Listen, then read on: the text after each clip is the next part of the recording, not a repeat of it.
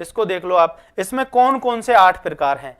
8 type of learning, 8 सोपान या 8 प्रकार हैं अधिगम के, जिसमें पहला है संकेत अधिगम। कौन सा है? Signal learning. सबसे निम्न स्तरीय जो अधिगम है वो क्या है? संकेत अधिगम। उसके बाद है उद्दीपक अनुक्रिया अधिगम, SR लर्निंग। उसके बाद है श्रृंखला अधिगम या चेन लर्निंग। उसके बाद है शाब्दिक अधिगम या वर्बल लर्निंग। अब ये जो 4 हैं, ये जो नीचे वाले 4 हैं, ये कैसे सिद्धांत हैं? व्यवहारिक सिद्धांत हैं। कैसे हैं? व्यवहारिक प्रकार हैं, व्यवहारिक सिद्धांत हैं।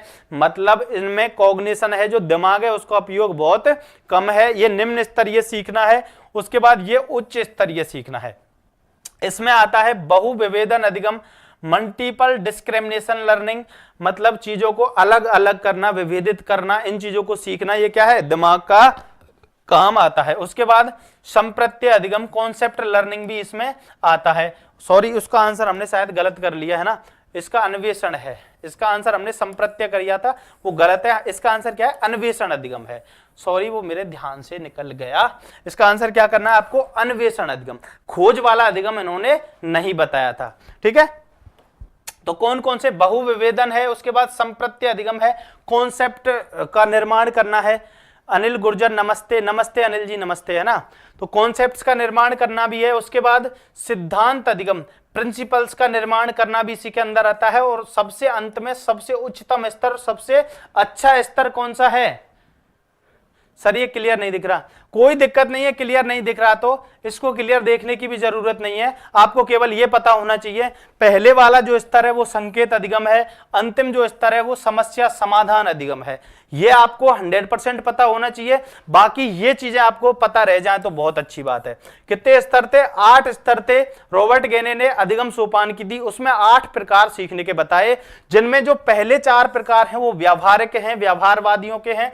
उसके बाद अंतिम 4 हैं वो क्या है? संज्ञान से संबंधित हैं, संज्ञान, जिनमें कॉग्निशन का उपयोग होता है। मतलब इन प्रकार का जो सीखना है वो कैसा है? व्यवहारिक है। इसमें बहुत ज्यादा दिमाग लगाने की जरूरत नहीं है। जिसमें संकेत अधिगम आता है, इसमें सबसे पहला इन्होंने शास्त्रीय अनुबंधन को लिया था। जो पेवलोव साहब का जो सिद्धांत था वो प्राथमिक स्थान पे आता है। जब कुत्ता लार गिराना सीख रहा है तो बहुत ही निम्न स्तरीय, बहुत छोटे स्तर की बात है। उसके बाद उद्दीपक अनुक्रिया सिद्धांत जो थॉर्नडाइक साहब ने दिया था, ये भी इसी के अंदर आता है, ये भी इसी के अंदर आता है। मतलब जो बिल्ली है वो अनुक्रिया कर करके गलतियों से सीख रही है, निम्न स्तरीय सीखना है। उसके बाद चेन लर्निंग जो स्किनर साहब ने दिया था वो भी इसी के अंदर आता है। उसी के बाद शाब्दिक जो अधिगम है, वर्बल लर्निंग है, ये भी इसी के अंदर आता है। बाकी इनमें दिमाग लगाना पड़ रहा है। इनमें दिमाग कैसे लगाना पड़ रहा है भाई?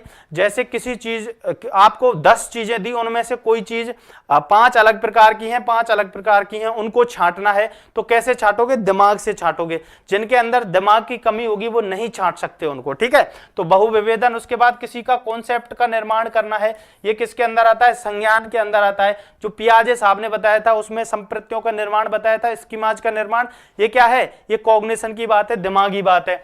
उसके बाद प्रिंसिपल का निर्माण करना, सिद्धांतों का निर्माण करना, ये भी किसके अंदर आता है? दिमागी क्रियाओं के अंदर आता है। और आपके सामने कोई समस्या खड़ी हो गई, उस समस्या का समाधान करना, जिसमें कोहलर साहब का अंतर्दृष्टि का सिद्धांत था। उसमें कोहलर साहब ने बताया था कि आपके सामने जब कोई समस्या होगी तभी आपके अंदर अंतर्दृष्टि पैदा होगी। ठीक है, ये है 8 स्तर, समझ में आ गए होंगे।